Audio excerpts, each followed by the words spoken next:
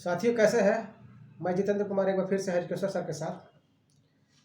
Sir 12 फरवरी को जो राजद के 3 जो विधायक थे, चेतन आनंद, प्रहलाद यादव और नीलम देवी, हाँ, और इधर सर हाल में पिछले ही दिनों कांग्रेस के 3 विधायक संगीता देवी, मुरारी गौतम और सिद्धार्थ सौरभ, नहीं कांग्रेस के 2 मुरारी गौतम और सिद्धार्थ जी, और संगीता जो है जी वो आरजेडी के है। अच्छा जी जी, मतलब 2 कांग्रेस और 1 आरजेडी का। ठीक है। तो सर ये खेला इंडिया गठबंधन के साथ ही क्या मायने ये निकाला जाए सर? अब देखिए स्थिति है कि जब तक नीतीश जी और लालू जी की सत्ता थी, कांग्रेस की सत्ता थी, तब तक आप देखेंगे कि कोई इधर से निकल के इधर उधर नहीं जा रहा था। फिर जब सत्ता चली गई और सत्ता बन गई बीजेपी और जदयू का, तो उसके बाद पलटना शुरू हो गया। जब नीतीश कुमार ही पलट गए सत्ता के खेल में, तो ये अगर पार्टी छोड़ के गए हैं तो देखिएगा सत्ताधारी दल के साथ गए हैं। ऐसा नहीं है कि इनको पार्टी ही पसंद नहीं है तो दूसरी पार्टी को पसंद है तो उसमें चले गए। सत्ताधारी दल ही इन लोगों को पसंद क्यों आ रहा है, क्या मतलब? हाँ वही तो सर सवाल यही है, जनता भी जानना चाहती है। यही तो सवाल है कि आप सत्ताधारी दल में ही क्यों जा रहे हैं? इसलिए जा रहे हैं कि वहां आपको कुछ पाने का उम्मीद है।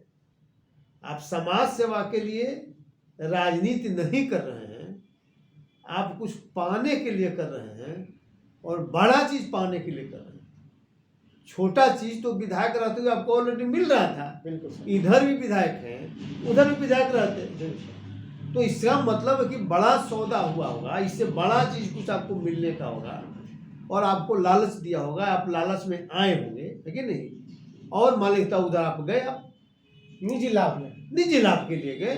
इसका मतलब कि राजनीति का और सबसे बड़ा स्तर इतना गिर गया कि आप किसी पार्टी से जीत के आ रहे हैं और किसी ये बता नहीं रहे कि हमारा मत भिन्नता कहाँ पर है, पार्टी से आइडियोलॉजिकल सैद्धांतिक तौर पर कहाँ आप अलग हैं ये नहीं बता रहे हैं।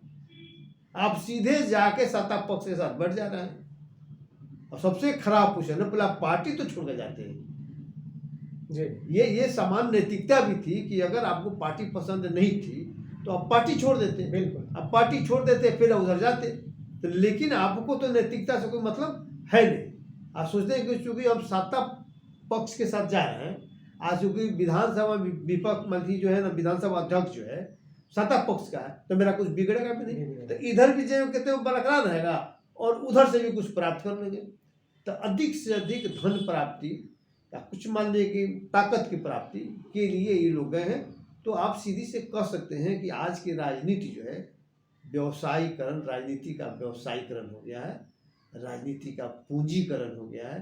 पहले राजनीति का समाजीकरण होता था, आज राजनीति का समाजीकरण नहीं होके राजनीति का पूंजीकरण हो गया है, व्यवसायीकरण हो गया, जिसके चलते जो है जहाँ अधिक पाने का उम्मीद रहता है उधर लोग भाग जा रहे हैं। सर एक और सवाल है, 2 दिन पहले सर हिमाचल प्रदेश का कांड आप सुना है, उसमें सर राज्यसभा का जो चुनाव हुआ है, कांग्रेस के लगभग 6 विधायक पार्टी लाइन से हट करके भाजपा के कैंडिडेट को दे दिए, वोट दिया सर। क्योंकि स्टेट में देखिए, वहां भी आप देखिएगा, वहां स्टेट में कांग्रेस की सरकार है सर, जबकि विहिप लागू था। मतलब विहिप तो ना, विहिप का उल्लंघन हो रहा है ना। बिल्कुल सर, आप बिना कुछ कहे हुए चल जा रहे हैं। सबसे बड़ी बात है कि चूंकि वहां स्टेट में कांग्रेस की सरकार है और केंद्र में बीजेपी की सरकार है, मजबूत स्थिति बीजेपी की है, तो बीजेपी से ज्यादा मिलने की उम्मीद है। इसलिए आप कांग्रेस स्टेट में सत्ता उसको भी छोड़ दे रहे हैं, यहां भी छोड़ रहे हैं कि हमको सदस्यता जाए तो जाए, जाए तो जाए, लेकिन इससे बड़ा चीज मिलने का उम्मीद मान लें कि आपको वहां हो रहा है। व्यक्तिगत तौर पर अगर समाज के लिए मिलता तो वो बात होता है कि भाई हम समाज के लिए अपना पद त्याग रहे हैं, ठीक है। तो आप समाज को धोखा देने के लिए आप अपना पद प्राप्त करने के लिए जा रहे हैं। तो सर जो वोटर है, समाज है, वो भी तो अच्छे ढंग के लोगों को वोट नहीं देती है। तो वही तो रोना है। अगर समाज सही रहता है, समाज सही डायरेक्शन में रहता तो अच्छे लोगों को चुनता, तो वो तो स्थिति है नहीं। और तो आज टोटल पूंजीकरण हो गया, तो जो माल लगाओ माल पाओ, ये वाला पोषण हो गया। ये तो बिजनेस मानने की होगा राजनीति ना। ये देश के लिए बड़ा दुर्भाग्यपूर्ण है। व्यवसायीकरण होना राजनीति का, पूंजीकरण होना, ये देश के लिए बड़ा दुर्भाग्य है। और इससे समाज अगर सचेत नहीं हुआ तो आने वाले दिनों में हाथ में कटोरा लेने के अलावा कुछ बचेगा नहीं।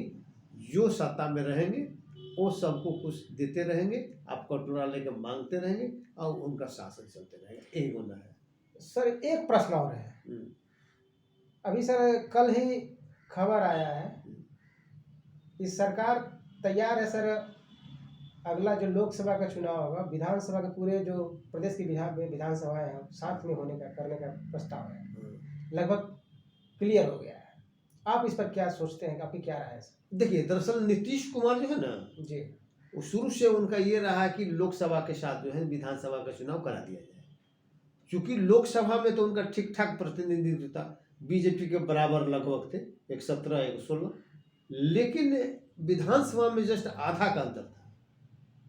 जी, आधा का अंतर, बहुत सिठाए गए थे। जी जी बिल्कुल। तो सरकार तो चला रहा है और ये तब से एहसान तले दबे हुए हैं। इनको लग रहा है कि एक तरह से हमको भीख के रूप में हम लोग को पद मिला हुआ है, तो इस कॉम्प्लेक्स से उभर नहीं पा रहे हैं। तो इसीलिए वो कह रहे हैं कि नहीं, अच्छा फिर उनको लगता है कि कैसे नहीं कि लोकसभा के चुनाव में मेरा समर्थन लेके ज्यादा हो जाए, आप फिर मान लें कि विधानसभा चुनाव में ये खेला हो जाए, बीजेपी खेला कर दे मेरे साथ, तो हम तो कहीं के नहीं रहेंगे। इसीलिए चाहते हैं कि साथे हो जाए, ताकि जो भी मिले हमको वोट वो आपको भी वोट मिले, हम हारे तो हारे, आप भी हारिएगा, तो आप जीते तो हम भी जीतेंगे। बिल्कुल। और ये मान लेगा मेन कॉम्प्लेक्स से ग्रसित है कि नहीं। और चूंकि देख रहे हैं कि हम जाते जाते भी कम से कम पार्टी का स्थिति में छोड़ कर जाए, कि कोई ये नहीं कहे कि पार्टी को बर्बाद करके नीतीश कुमार चले गए, जाना तो है। तो साथियों, अभी बहुत ही गंभीर मुद्दे पर हरिकिशोर सर से आपने उनके विचार सुने। फिर मिलते हैं किसी अन्य विषय पर। जय भीम, जय भारत, जय संविधान।